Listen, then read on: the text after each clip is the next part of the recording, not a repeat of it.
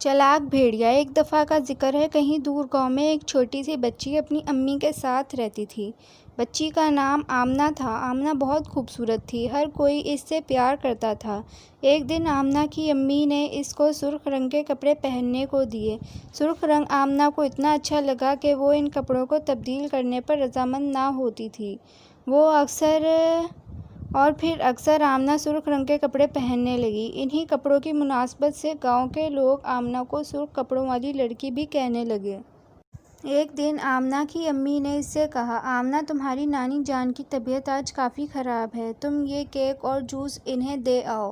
Amna cake اور juice لے کر جانے لگی تو اس کی امی نے کہا، دیکھو راستے میں اجنبی لوگوں سے کوئی بات نہ کرنا اور جلدی گھر واپس آ جانا۔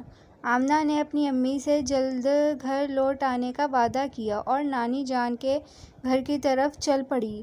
نانی جان کے گھر جانے کے لیے ایک چھوٹے سے جنگل میں سے گزرنا پڑتا تھا۔ آمنہ جب جنگل میں پہنچی تو وہاں سے اسے ایک بھیڑیا نظر آیا۔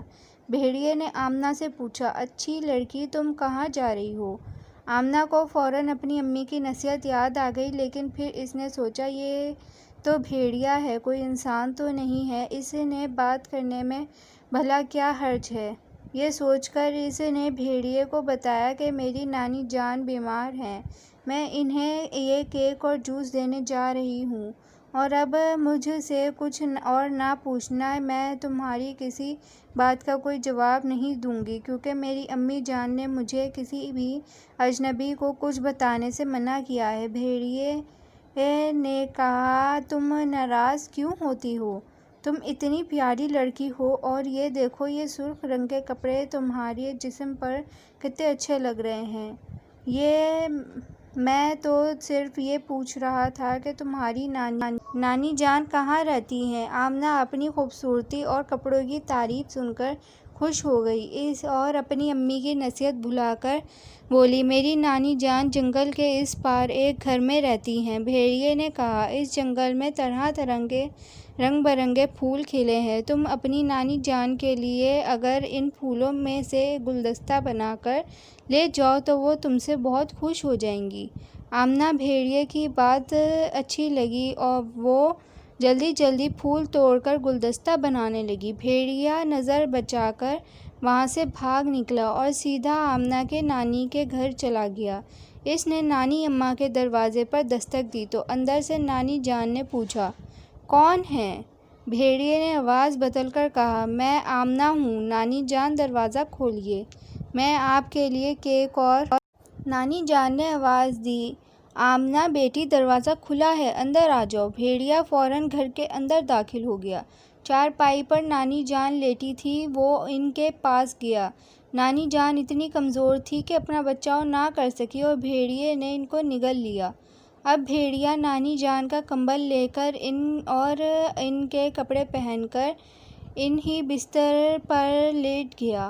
کچھ دیر بعد آمنہ آئی اور نانی جان کو آواز دی۔ چلاک بھیڑیے نے نانی جان کی طرح آواز نکالتے ہوئے پوچھا، کون ہے؟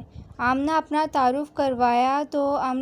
تعارف کروایا تو بھیڑیے نے کہا، ٹھیک ہے، اندر آ جاؤ۔ آمنہ گھر کے اندر آ گئی اور نانی جان کے بستر کے پاس پہنچ گئی۔ اس نے پوچھا، نانی جان یہ آپ کے پاؤں اتنے بڑے بڑے کیسے ہو گئے؟ اور یہ دانت، آپ کے دانت بھی بہت بڑے ہیں۔ بھیڑیا ایک دم چھلانگ لگا کر بستر سے اٹھ کھڑا ہوا اور کہنے لگا، بے وقوف لڑکی، میں نے تمہاری نانی جان کو کھا لیا ہے اور اب تمہیں بھی کھا جاؤں گا۔ آمنہ بھیڑیے کی یہ بات سن کر پریشان ہو گئی۔ بھیڑیے نے آمنہ کو اٹھا کر منہ میں رکھا اور نگل گیا۔ بھیڑیے کا پیٹ بھر گیا تھا، اس لیے وہ آرام کرنے کے غرض سے وہیں لیٹ کر سو گیا اور خوب اونچی آواز میں خراٹے لینے لگا۔ ایک شکاری جو کہ روزانہ شکار کرنے جنگل میں جاتا تھا، وہ نانی جان کو ضرور ملا کرتا تھا۔ شام کے وقت جب وہ نانی جان کے گھر آیا تو دروازے پر پہنچ کر اسے گھر کے اندر سے خراٹوں کی آواز سنائی دی۔ شکاری نے دروازے پر دستک دی مگر کوئی جواب نہ آیا۔ آخر شکاری نے دروازہ کھولا اور گھر کے اندر داخل ہو گیا، لیکن یہ کیا، گھر کے اندر تو نانی جان کی جگہ ایک موٹا تازہ بھیڑیا سو رہا تھا۔ شکاری سمجھ گیا کہ بھیڑیے نے نانی جان کو کھا لیا ہے۔ اس نے سوئے ہوئے بھیڑیے پر اپنی بندوق تان لی۔ قریب تھا کہ وہ گولی چلا دیتا، لیکن پھر اس کو خیال آیا کہ اگر بھیڑیے کو گولی مار دی تو ہو سکتا ہے کہ وہ نانی جان کو لگے اور اس طرح انہیں کوئی نقصان پہنچے۔